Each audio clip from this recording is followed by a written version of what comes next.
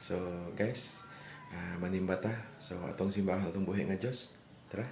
So, paingon nami sa simbahan. So, mo travel mi 20 minutes to 25 minutes sa among travel paingon sa simbahan. Tungod kay layo-layo gyud ang maong simbahan nga mo ang dito na mo simbahon ang atong buhi nga Dios. Maagi pa may mga tulo ka barangay nga mo agian before ni maabot dito sa Mala, Panamigan. Sa kadalanan, daghan kami na-encounter nga mga sakyanan. So, usahay ang ubang sakyanan mo overtake apiki kaayo. Usahay maabtan mig ulan sa dalan, pero okay ra kay ang among service dili may basa tungod kay dunay atop ang among service. So, maskin mag-ulan or mag-init, padayon gihapon, no? Nga mo serve sa Ginoo.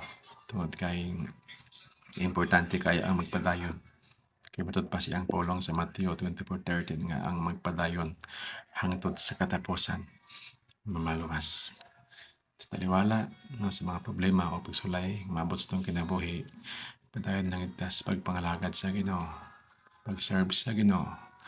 Tungod kay mo na ang iyahang gikalipay niya sa mga tao nga dunay kasing-kasing nga malahotayon o mapaobsahanon o mapadayonon sa pag-serve saya labi na makita gitawag sa Ginoo nga diin mamahimong niyang anak. Gitawag kita sa Ginoo nga mamahimo niyang sulugon or mamahimo niyang mangani tungod kay matud pa siyang pulong. Daghan ang alanihon apan gyutay ra ang mangani. So, dapita na medyo traffic tungod kay daghan mga motors, truck nga nangagi. So, mo ni ang kalye paingon sa simbahan, guys.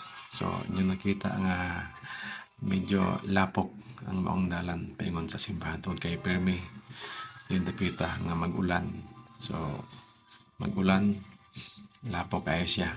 So, daghang mga kahoy ang nagparking dito. So, nandito na mo gibilin ang maong service. So, mga lakaw may paingon sa unahan.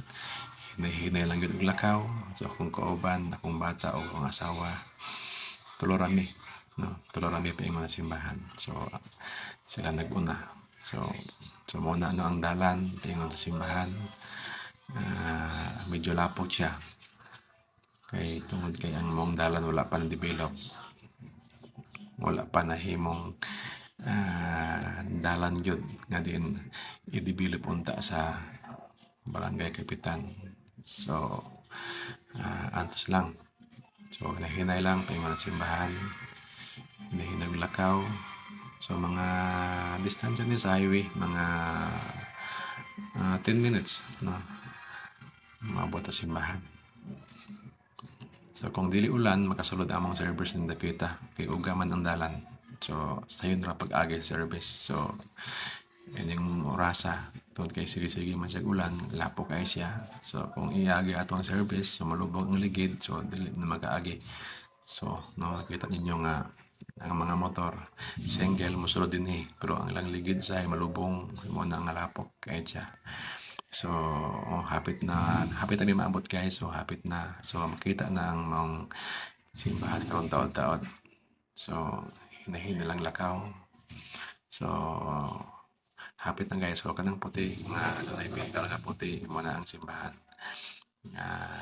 Diami nga mo dahil kung musimba sa tambuhay nga Diyos. So, nanami, guys. Dili ng kulto pa tong video.